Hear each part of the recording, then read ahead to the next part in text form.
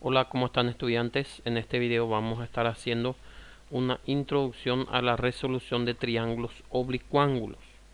Vamos a estar viendo los principales teoremas que vamos a estar utilizando y también haciendo el primer ejemplo, cuyo primer caso da el material bibliográfico. Entonces, nos dice primeramente el libro: para la resolución de triángulos oblicuángulos, o sea, un triángulo oblicuángulo es un triángulo cualquiera, es decir, que no necesariamente sea rectángulo, ni tampoco isósceles, ni tampoco, por ejemplo, equilátero. Puede ser un triángulo escaleno, o sea, cuyos lados son todos diferentes entre sí y ángulos también diferentes entre sí. A eso es lo que se refiere cuando nos dice triángulos oblicuángulos.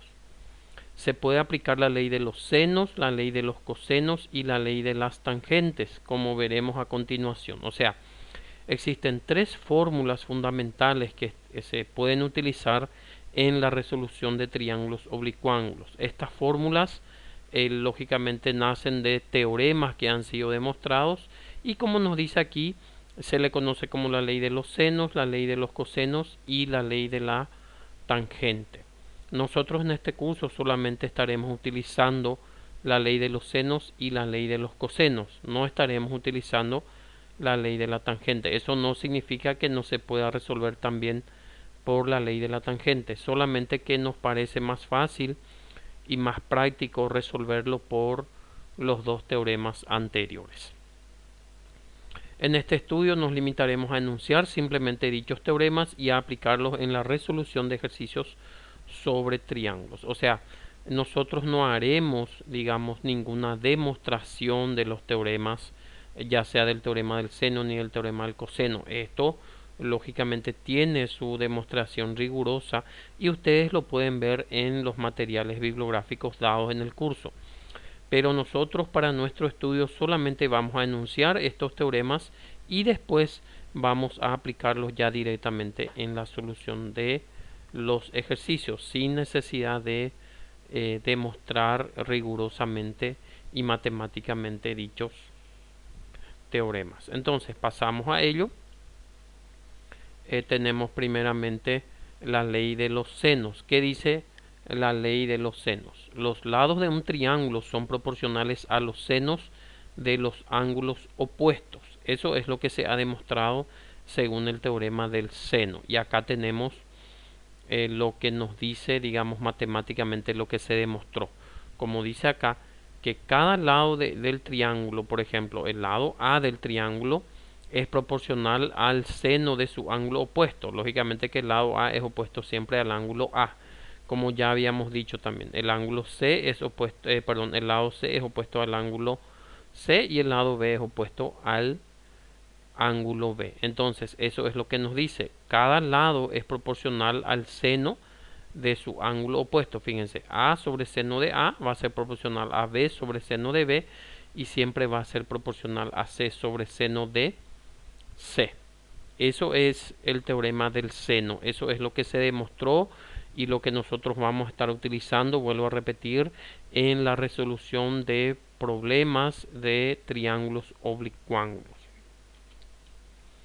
Luego pasamos también a lo que son la ley de los cosenos. Dice, el cuadrado de un lado de un triángulo es igual a la suma de los cuadrados de los otros dos lados menos el duplo del producto de dichos lados por el coseno del ángulo que forman. Este ya es un poquitito más largo, lo que se demostró, o sea que el enunciado, ¿verdad?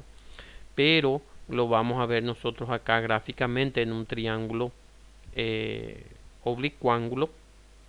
Tenemos siempre ABC los ángulos y ABC los lados. Siempre A es opuesto al ángulo A, B a B y C al ángulo C.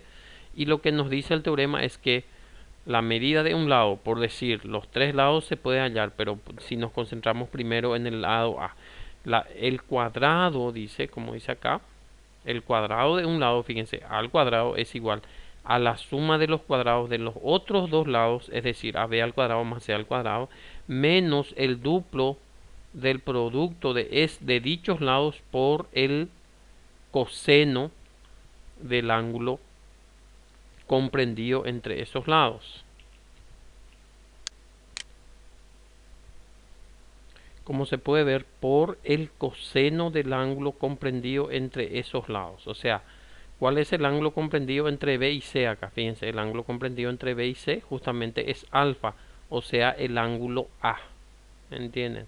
Entonces, eso es lo que dice el teorema, lo que se demostró matemáticamente, que la medida de un lado al cuadrado es igual a la suma de los cuadrados de los otros dos lados menos el doble producto de dichos lados por el coseno del ángulo comprendido entre esos lados. O sea, fíjense cuál es el ángulo entre A y C. Fíjense que el ángulo entre A y C es en este caso beta, que es el ángulo B en sí. ¿Entienden? Y lo mismo también para el ángulo o el lado C. C al cuadrado va a ser igual a la medida de los cuadrados, la sumatoria de los cuadrados de los otros dos lados menos el duplo del producto de dichos lados. Por eso dice menos 2 por AC, el duplo del producto de dichos lados por el coseno del ángulo que forman. O sea, ¿y cuál es el ángulo que forman, por ejemplo, A con C? El ángulo que forman A con C, ¿verdad? Justamente es el ángulo B. Entonces, ese es el teorema del coseno. Como se puede ver, no es tan difícil, digamos, de memorizar tanto el teorema del seno y el teorema del coseno. Y como ya hemos mencionado también, eh, nosotros vamos a estar aplicando directamente en la resolución de los problemas y no vamos a estar viendo el teorema de la tangente. Solamente estaremos utilizando el teorema del seno que ya hemos visto y el teorema del coseno, es decir, estas tres fórmulas del teorema del coseno más la fórmula del teorema del seno para poder resolver los ejercicios. Muchas gracias.